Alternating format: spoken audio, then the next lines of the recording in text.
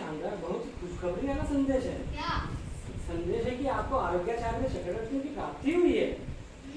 तभी दूसरा सेवक आता है और कहता है, महाराज की जय हो, महाराज की जय हो। क्या संदेश लेकर आए? महाराज, आपको पुत्र रत्न की प्राप्ति हुई है। अरे ये तीसरा संदेश लेकर एक और दूत आता है और कहता है, महाराज की जय हो, महाराज की जय हो।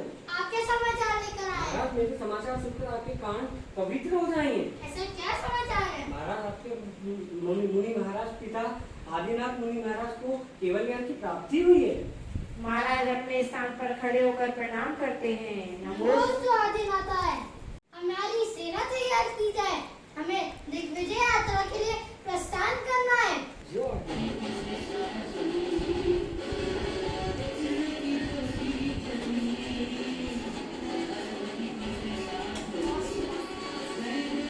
नगर में राजाओं के पास जाकर बोलते हैं, युद्ध लड़ो या स्वाधीनता स्वीकार करो। बोलते हुए सेना लगातार आगे बढ़ती जा रही है। 6 खंड जीतने के बाद वापस अयोध्या लौट रहे हैं। सुदर्शन चक्र प्रस्थान करे नगर में। जो आज्ञा महाराज। महाराज पता करने का कहते हैं कि वह प्रवेश क्यों नहीं कर रहा है, तो पता चलता है कि उनके छोटे भाई बाहुबली, जो कोदनपुर के राजा हैं, पर विजय नहीं पाई है, इसलिए वह प्रवेश नहीं कर रहा है। वे कहते हैं, वो तो मेरा छोटा भाई है, मैं उनसे कैसे युद्ध करूं? और उससे कहते हैं, तो बीच का रास्ता निकालते हैं और कहते हैं कि या तो वो आधीनता स्वीकार कर ले तो आप चक्रवर्ती बन सकते हैं। ऐसा संदेश पहुंचाया तो बाहुबली से ठुकरा देते हैं। वे कहते हैं कि मैं कायर नहीं हूँ। दूत वापस जाकर भरत महाराज को बाहुबली जी का संदेश सुनाते हैं। तो भरत अपनी सभी सेना, जल सेना, थल सेना, वायु सेना, आकाश सेना, गज सेना को युद्ध के लिए तैयार रहने का आदेश देते हैं। दोनों सेनाएं युद्ध के लिए तैयार हो जाती है।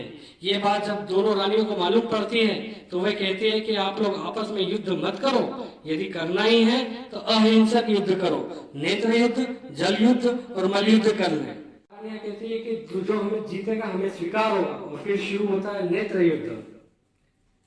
भरत इसमें हार जाते हैं। फिर इसके बाद शुरू होता है जल युद्ध। अब जल युद्ध शुरू होता है। जल युद्ध में भी भरत हार जाते हैं और वे कहते हैं कि अभी मल्ल युद्ध बाकी है। और अब मल्ल युद्ध शुरू होता है। मल्ल युद्ध में भी भरत हार जाते हैं। भरत क्रोधित होकर चक्ररत्न से कहते हैं, जाओ चक्ररत्न, बाहुबली का सर धड़ से अलग कर दो। जो आज्ञा महाराज। घूमते हुए वापस आ जाता है। बाहुबली के मन में आता है कि ये मैं क्या कर रहा था? मैं अपने बड़े भैया से किस चीज के लिए युद्ध कर रहा था? राजपाट, धन संपत्ति, ये मैं अभी हाल त्याग कर देता हूँ।